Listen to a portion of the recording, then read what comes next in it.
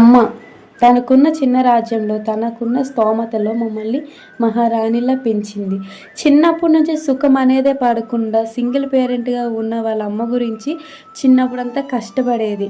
పెళ్ళైన తర్వాత కూడా ఎక్కడైనా సుఖపడిందా అంటే అది కూడా లేదు.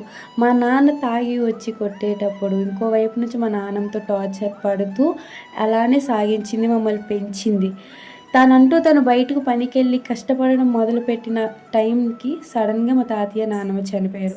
వాళ్ళ చనిపోయిన అంత్యక్రియలు, మా మెచ్యూర్ ఫంక్షన్స్ అని, ఇంట్లో చిన్న చిన్న ఇంటి మార్పులని అన్నీ ఒక మగాడిలాగా ఎదుర్కొని వచ్చి మా ఇల్లుని మమ్మల్ని మంచి స్థాయిలో ఉంచింది. మాకు ఉన్న దాంట్లో మమ్మల్ని బాగా చూసుకుంటుంది.